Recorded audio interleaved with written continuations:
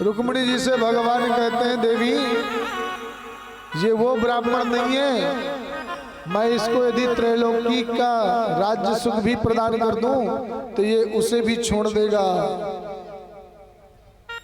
और देवी रही बात ब्राह्मण पर, तो एक ब्राह्मण की कृपा से ही यदि ब्राह्मण पत्रिका लेकर द्वारिका ना आया होता तो आप हमारी भार्या न बनती। ये भी ब्राह्मण की कृपा है कि पत्र लेकर के आया और हमसे आपका विवाह हो गया। रुक्मिणी जी ने कहा सरकार मेरे कहने का मतलब यह है कि महापुरुष का प्रसाद है, दो दो दाने हमको भी मिल जाता तो प्रसाद अच्छा होता, और ये कच्चा चावल आप खाते जा रहे हैं कहीं पेट ना खराब हो जाए। सोई भगवान ने चावल की पोटली रुक्मिणी जी के हाथ में रख दी कि चलो सब लोग ये महापुरुष का प्रसाद ले लीजिए। सबने प्रसाद लिया और सब सुदामा जी को प्रणाम करने लग गई। तो सुदामा जी जितनी भी रानियां बैठी सब एक एक आती, महाराज प्रणाम, मैं रुक्मिणी। सुदामा जी ने कहा पुत्रवती भवा, महाराज मैं लक्ष्मणा। सौभाग्यवती भवा, महाराज मैं सत्या। ऐश्वर्यवान भवा। इस तरह करते करते तकरीबन 50 पत्नियों को आशीर्वाद दे दिया सुदामा जी ने। फिर सुदामा जी ने भगवान से कहा कन्हैया भैया ने इतको ही हो। भगवान ने कहा क्या बात है। सुदामा जी ने कहा लाला ने अपना कान मेरे मुख के पास ले आ तब बताऊंगा। भगवान ने अपना कान सुदामा जी के मुख के पास ले गए। तो सुदामा जी कहते हैं कन्हैया भैया एक बात बता, ये सब कितनी है? गांव की है क्या? पड़ोस की आ गई होंगी। भगवान ने कहा नहीं पड़ोस की नहीं, सब अपनी है। अच्छा भैया हमने एक ब्याह करी तो तूने हमको इतना सुनाया कि हम तुमको बारात में ना बुलाए, और तूने इतने विवाह करी हमको कभी याद भी नहीं किया। भगवान ने कही सुदामा जी हमारे शादी की कोई डेट फिक्स ना भाई, अभी जा रहे थे और वहीं से शादी करके आ गए।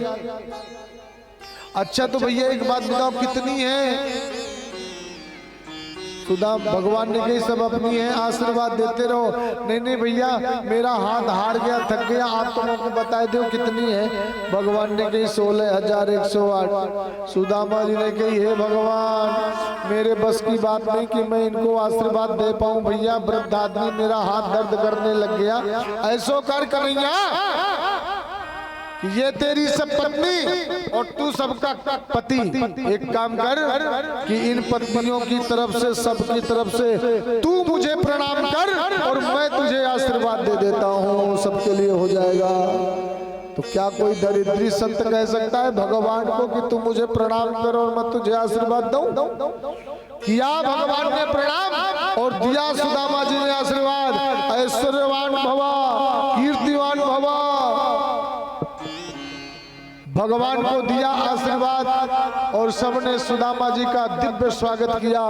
एक रात्रि सुदामा जी रुके, दूसरे दिन सुदामा जी रुके नहीं। बोले कन्हैया अब तेरी भाभी बिचारी घर में अकेली है, मुझको जाना पड़ेगा। पर भगवान ने भी सुदामा जी को रोका भी नहीं। भगवान ने जो सुंदर सुंदर वस्त्र अलंकार आभूषण पहनाए थे सब उतरा लिए। सुदामा जी ने सोचा लगता है जैसे आए थे वैसे खाली हाथ जाना पड़ेगा क्या? ये तो अब तक कछु दान दक्षिणा तो कियो ना। अच्छा ब्राह्मण तो कहीं जाए तो सोचेगा कि दान दक्षिणा तो कुछ मिली ना है, वो तो सोचना पड़ेगा उसको। तो सुदामा जी भी सोच रहे हैं कि यानी कछु दक्षिणा उक्षिणा दियो ना, और जो सुंदर सुंदर कपड़े पहना है वो भी ले लिया है। अब क्या करें? तो सुदामा जी ने कहा अच्छा कन्हैया भैया हम जाएं। भगवान ने कहा ये वस्त्र उतार दीजिए, कोई रास्ते में कोई लुटेरा मिल जाए तो लूट लेगा, नुकसान हो जाएगा। भगवान ने सब उतरा लिया। सुदामा जी जाने लग गए।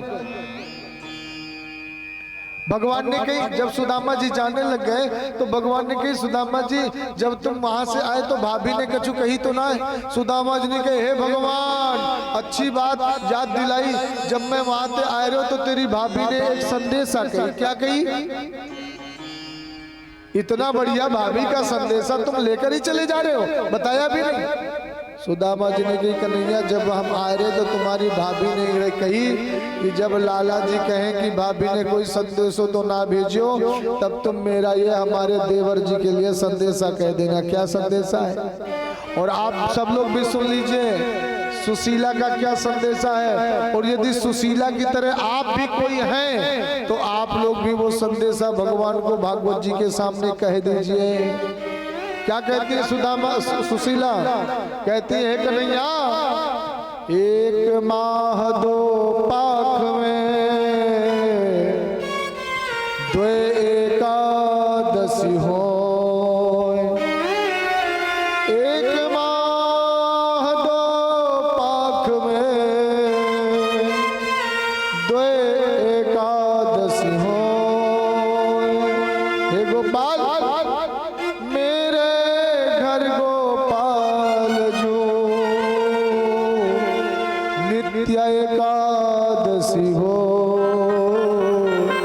हे गोविंद, संसार के लिए एक महीने में 2 पाक होते हैं, 2 पाक में 2 एकादशी होती है, पर मेरे घर में 12 महीने एकादशी बनती रहती है। बच्चे कहते हैं माँ भूख लगी है, तो कह दे तू बेटा आज तो एकादशी है, सो जाओ। तो सरकार कृपा करके ये बताओ कि मेरे घर में एकादशी कब तक चलती रहती रहेगी, कब तक एकादशी बनी रहेगी? कभी द्वादशी मेरे यहाँ आएगी कि नहीं? जैसे सुशीला का संदेशा प्रभु के कान में पड़ा तो प्रभु के नेत्र झर पड़े। प्रभु अपने आप को रोक नहीं पाए और चलते हुए सुदामा से भगवान ने कहा, सुदामा जी जब आप अपनी पुरी में पहुंच जाएं तो मेरी भाभी से भी एक संदेशा कह देना। क्या?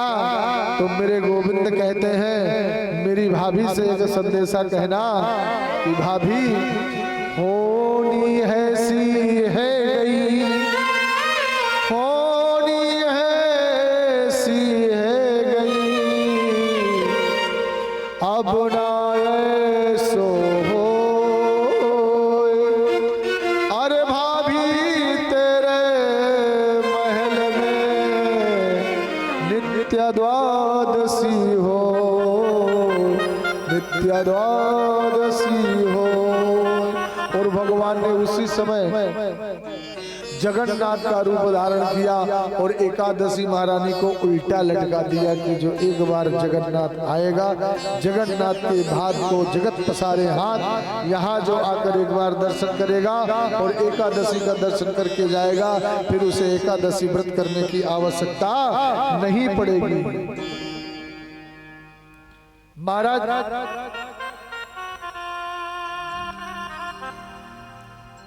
एकादशी महारानी को उल्टा लट कर दिया। भगवान ने कहा भाभी अब तुम्हारे घर में द्वादशी होगी, एकादशी नहीं होगी। सुदामा जी सीधे अपनी पुरी को धीरे धीरे चल दिए और चलते चलते अपनी पुरी में वर्षों के बाद पहुंचे। तो यहाँ जब पहुंचा तो सुदामा जी ने देखा कि जहाँ मेरी कुटिया थी वहाँ बड़े बड़े दिव्य दिव्य महल बने हुए हैं, द्वार में हाथी घोड़ा खड़े हुए हैं, द्वारपाल लगे हुए हैं। सुदामा जी घबराए कि ये कहाँ आ गया, मैं कहीं रास्ता तो नहीं भूल गया। बोले रास्ता तो नहीं भूला, तो बोले हो सकता है हमारी कुटिया को किसी ने हटा दिया और अपना महल बना लिया। द्वारपालों से सुदामा जी ने पूछा कि भैया यहाँ पर हमारी कुटिया थी, ये किसका महल है? द्वारपालों ने कहा ये सुदामा जी का है। सुदामा जी ने सोचा हमारा महल होने का तो संजोग नहीं है, कोई सेठ जी होंगे। बोले अपने सेठ सुदामा जी को बुलाओ। बोले नहीं नहीं हमारे सुदामा जी सेठ नहीं है, तो पंडित जी हैं। अच्छा तो पंडित सुदामा जी को बुलाओ। बोले वो यहाँ नहीं है, द्वारिका गए हैं। सुदामा जी ने कहा वो तो हम ही है फिर, पर हमारा महल होने का तो कोई संजोग ही नहीं है, कैसे हो सकता है? अच्छा शायद कोई और सुदामा हो, तो ठीक है उनकी पत्नी को बुला दीजिए। और जैसे सुदामा जी की पत्नी से द्वारपालों ने जाकर कहा देवी कोई अकिंचन ब्राह्मण आया हुआ है, आपसे मिलने की गुहार लगाता है। सुशीला ने झरोखे से ऊपर अट्टारिका से झांक करके देखा, पहचान गई। सुंदर चांदी की थाली में सोने की कटोरी सजाई और सुंदर सुंदर सामग्री लेकर के दीपक जला करके चल दिया सुदामा जी की ओर। सुदामा जी ने जब सुशीला जी को देखा, वाह क्या सुंदर है, तो सुदामा जी को सुशीला को देख करके सुदामा ने सोचा ये अपनी पत्नी नहीं है, अपनी सुशीला नहीं है, चल दिए ये तो किसी दूसरे की भार्या है। तब तक पीछे से आवाज आई, स्वामी तब सुशीला की आवाज सुन करके सुदामा पहचान गए और बोले सुशीला। सुशीला ने घूंघट खोल करके देखा, सखियां अगल बगल थी। सुदामा जी ने कहा, वाह देवी सुशीला, तेरे तो आनंद है गए, कहाँ से आई सोने की थारी और कहाँ से आई ये बढ़िया सुंदर सुंदर साड़ी और ये मकान अटारी कहाँ पे आई। सुशीला ने कही, क्या तुम्हें कुछ नहीं पता? बोले नहीं।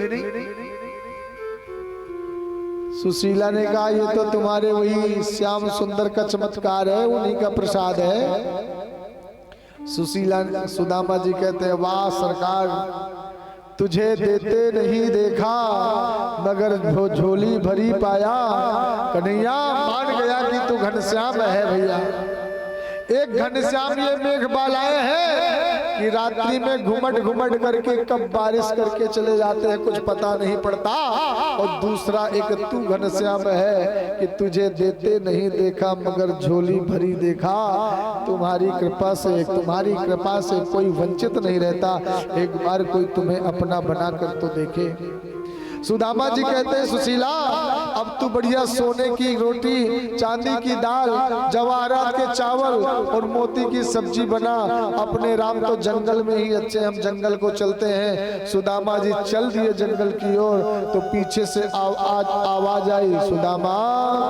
सुदामा ने मुड़ करके देखा तो मेरा गोविंद बैठा हुआ है। सुदामा दौड़ते हुए चरणों में लेट गए और बोले, गोविंद आपने मुझे क्यों दिया ये? क्या आवश्यकता थी? वैसे भी मैं माला माल था। भगवान ने कहा, मेरा प्रसाद मान करके स्वीकार करो और अंत में जब इस धाम को छोड़ करके आओगे तो मेरे धाम के मार्ग तुम्हें खुले मिलेंगे। सुदामा स्वामी सुखदेव जी कहते हैं, राजन इस प्रकार भगवान इतने कृपालु हैं, इतने दयालु हैं कि कब किस पर कैसी कृपा कर दे कुछ पता नहीं।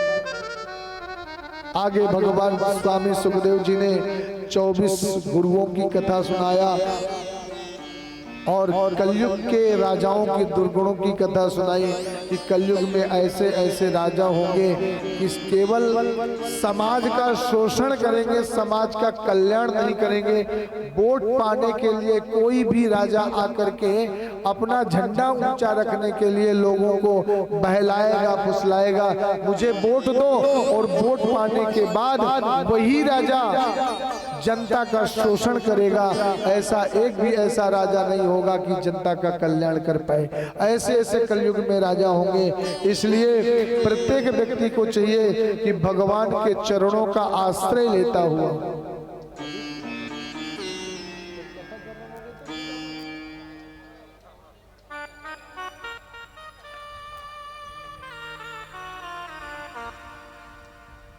महाराज कलयुग के ऐसे ऐसे दुर्गुणी राजाओं का वर्णन किया स्वामी सुखदेव जी ने। और सुखदेव जी कहते हैं, राजन क्या अब भी तुम्हारी मृत्यु होगी? राजा परीक्षित कहते हैं, गुरुदेव अब मैं एक आत्मा हूं।